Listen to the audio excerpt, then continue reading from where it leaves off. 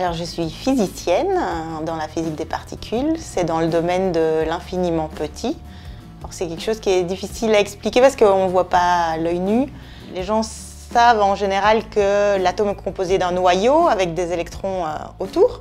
Alors l'électron c'est une particule élémentaire, mais au sein même du noyau, c'est pas encore élémentaire, c'est composé de protons ou de neutrons. Et puis en fait on va même encore un étage en dessous.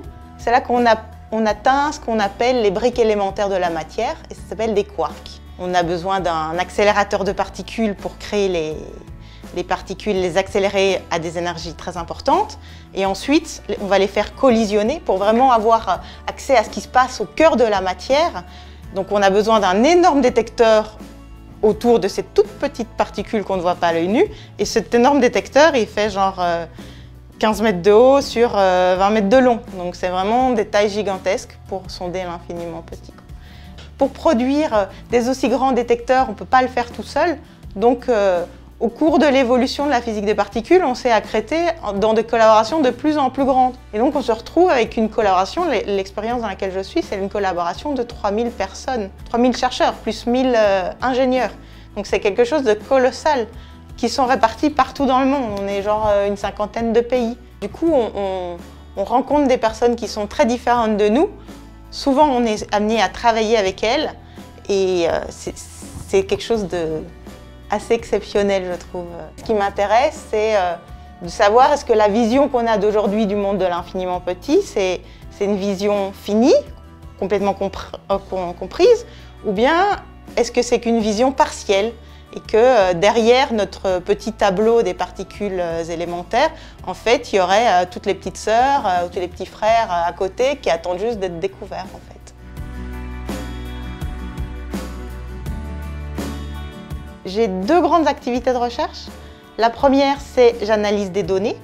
Donc ça, c'est surtout sur ordinateur pour chercher mes fameuses particules qui n'existent pas encore, mais que j'espère trouver.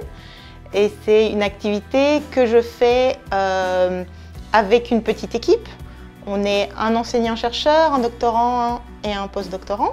Donc on est 4 à travailler sur cette thématique ici au laboratoire de l'IPHC.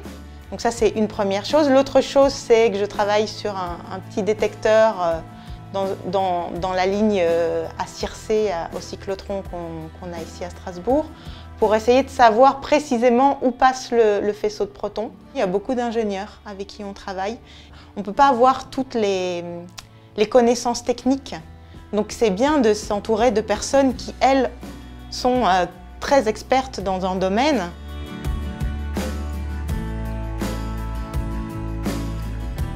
Il se trouve que la recherche me convient particulièrement parce que c'est quelque chose qui n'est pas figé et qui peut évoluer au cours du temps. On peut avoir différentes phases de travail, du travail plus en solo ou plus en collaboration. Et moi, ce que j'aime, c'est justement que, en fonction de où j'en suis dans ma vie, je peux travailler plutôt à faire des analyses de physique ou à essayer de faire avancer la compréhension sur des détecteurs, avoir plus d'interactions, par exemple, peut-être avec des théoriciens ou bien d'être plus tourné vers la formation des étudiants. Et le fait qu'il y a quelque part cette liberté du chercheur sur son choix de travail, c'est génial ça.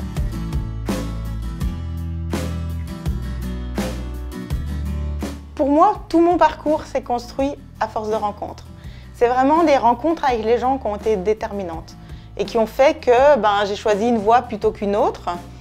Je suis persuadée que j'aurais pu être heureuse dans plein de branches différentes. Il y a des professeurs qui m'ont marquée quand j'étais au collège. Un professeur de physique qui prenait sur son temps à lui pour nous monter des expériences délirantes en classe.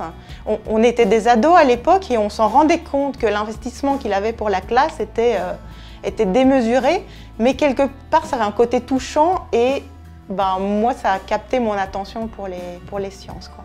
En Belgique, ce qu'il y a de mieux pour faire des études supérieures, c'est l'université. Donc tout le monde veut aller là-bas. Et moi, j'ai décidé de faire des études de physique, un peu par élimination, parce que j'aimais surtout les sciences, mais je ne savais pas très bien laquelle choisir. Donc j'ai écarté la chimie assez facilement. La biologie, c'est les dissections qui m'ont fait un peu peur. Il restait la physique, et ça ne m'a pas rebuté. J'adorais les étoiles, donc je pense que c'est pour l'astrophysique que je suis allée à la base à l'université.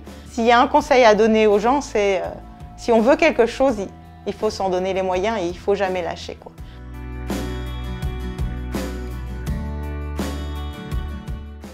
Je crois que j'ai commencé la thèse pour voir.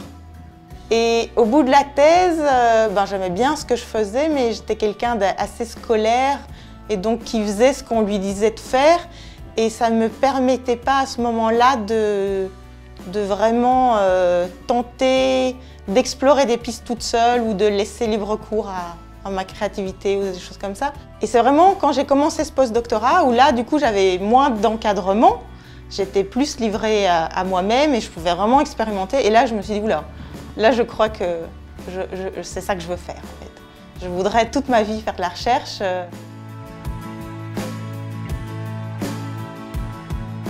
J'ai une vie de famille. Je pense que c'est important de concilier les deux. Ça permet aussi de rester zen, à la fois au travail quand on a besoin de souffler par rapport à la vie de famille et les enfants super actifs, et la vie de famille qui permet de souffler par rapport au boulot et de relativiser qu'est-ce qui est important ou pas trop important par rapport au stress ambiant dans lequel on vit. Et puis j'ai ma petite vie moi aussi avec mes activités spéciales juste pour moi. Voilà.